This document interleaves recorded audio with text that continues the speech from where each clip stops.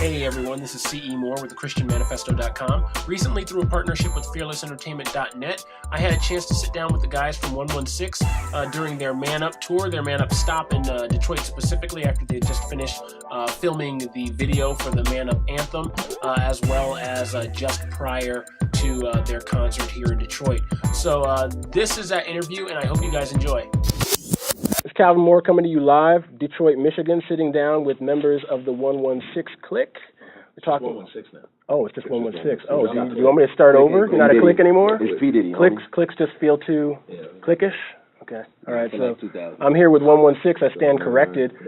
We've got Lecrae in the room, Tedashii, Show Baraka, Trip Lee, and new Reach Records acquisition KB. Meow. So meow.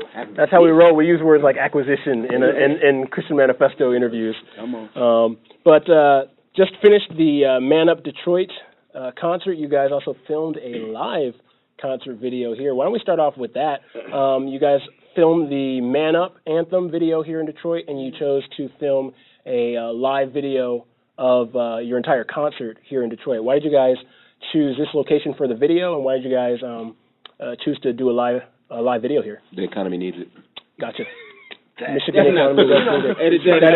That is not cool. Canadian opinions do not matter. Anyway, let's continue. Well, historically, Detroit has been the place where a lot of gospel music has been filmed and done and done well. However, that's not why we did it. I was like, what? That's not what you told me in the meeting. No, really just, honestly, Detroit has been one of our largest supporting cities. And every time we come here, fans, family, I should say, show up and show out. And so we just thought it'd be a great place, lots of energy. It worked out well economically with cameras and so on and so forth. And just having all the fellas here with a city like Detroit, it fit the whole Man Up theme for the music video as well. So okay. Now, with Man Up, and any of you guys can weigh in on this, this concert series is different than a lot of concert series, especially a hip-hop concert series. Hip-hop is generally like, okay, artists, show up, do your thing, don't talk, just get up there and do your song. You guys not only showed a movie, you had a panel discussion, which I was honored to sit in on that panel today and moderate that. And then you had a concert and obviously the altar call with Tripp presenting the gospel of Jesus Christ to the crowd.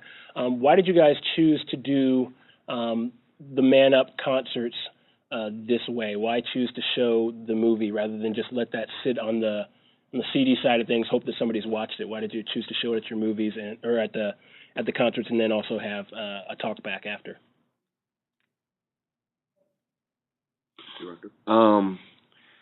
I think Reach has done a good job for the last 3 or 4 years of not doing things typical. You know what I mean? Like when you have the 13 Letters Project, 13 Letters drop, that's something different from most Christian music groups, but not only just Christian music in general.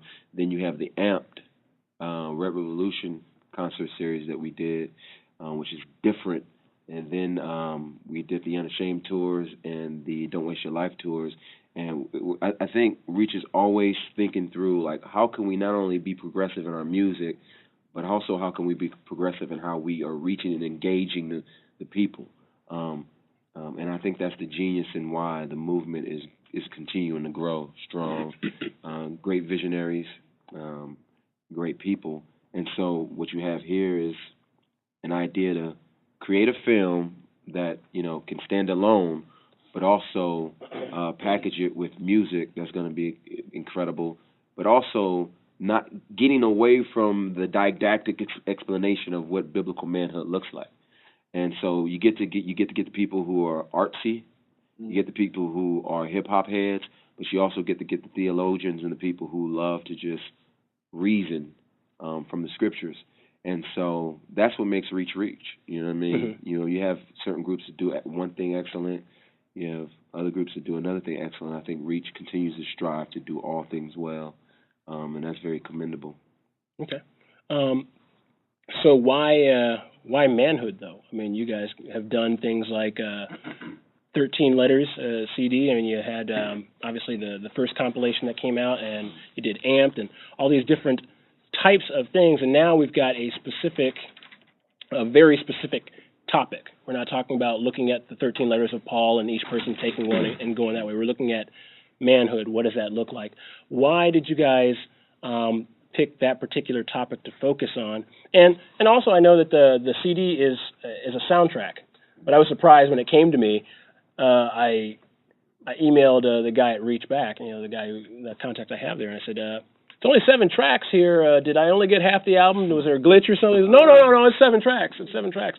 So with everybody wanting a new 116 album to come out, why did you choose to have that album be so brief? The question of why manhood as a topic, and then why a briefer album rather than a longer album experience. Well, part of the reason it was brief is because it's hard to get 8, 9 people on the same page. Yeah. So there was actually intention of being more songs. Yeah. Okay. And it's difficult. It's difficult when you have that many creatives in a room with families. Yeah. With different cities. It's hard to get them in the room. Right. Okay. It's like let's focus on the topics at least.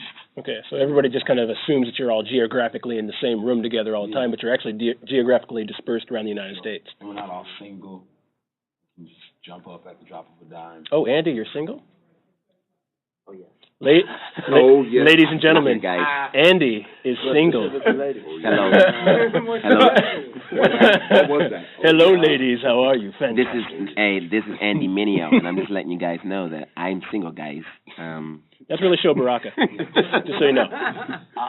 To the why on the manhood piece, though, I would say, one is just the leadership role that men have. And that they're supposed to have. So, the idea is if you get the men, you get the city. Right. 95% of violent crimes committed by men, sexual crimes committed by men, and it's just, you see that they're going to lead one way or the other. They're going to lead in passivity, in violence, in sin, or they're going to lead in godliness. So it's, men are going to conquer. They're going to lead in some shape, form, or fashion. And so if you can transform their worldview, obviously by the grace of the gospel, and then paint reconstruct a different worldview according to the scriptures, then they're going to lead in that, and they're going to lead women in that, and they're going to lead their cities and their communities and so on and so forth. So that's why we felt like this is probably one of the most necessary things to tackle. Okay. So anybody else want to weigh in on kind of? That's good. Okay, so let's talk specifically about manhood. We kind of broached the topic on the stage tonight, and I promised that that interview would continue on, even if not all the same players are in that interview. Let's talk about the subject of manhood, because a movie ends, a CD ends, and there's information there, good information, that I hope people walk away with. But let's talk about that here. Okay. Can you give us 5 minutes? All right, cool. So we've just got the you don't have to stay here, or you can't stay here. You don't have to go home, but you can't stay here message. So there it is. Yeah, I'm not real good with those sayings. I'm good with other stuff. You get a good look at a butch here.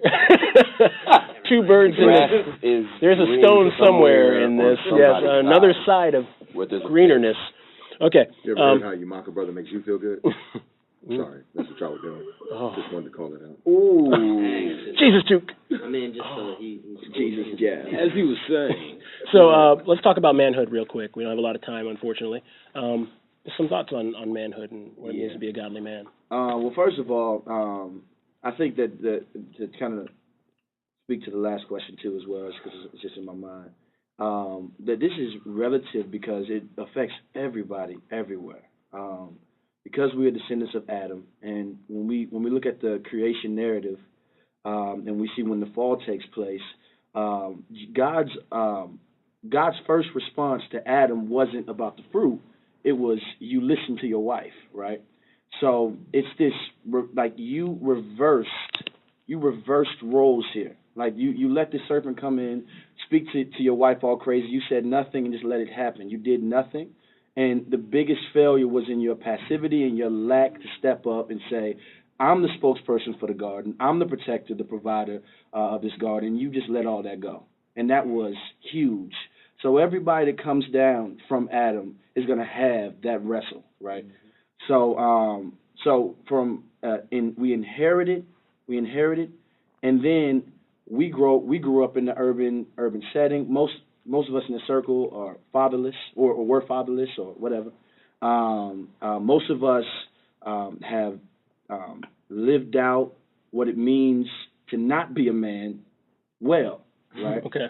So it's something that when we came into contact with the gospel and it saved us, it became, I think, the music that I've heard from Reach before, even before Man Up, has all addressed this issue. They've been talking about it. This kind of we just embodied it in a project. Focused you know what I mean? it down. Okay. Right. But it was already, it's because this is the issue of life right here, right? It's how, what does it mean to be a human, right? And I think that and the answer to that is, to live according to the function in which God made you. That when I'm making these mistakes, like I'm being something that God has not made me to be. I'm just being human. I'm only human, but I'm being something subhuman. I'm being something else. Like I'm supposed to be one that reflects the glory of God. Period. That is what it means to exist as a human being. So now to answer your question about what do you do after this? Okay, the concert's over and stuff like that.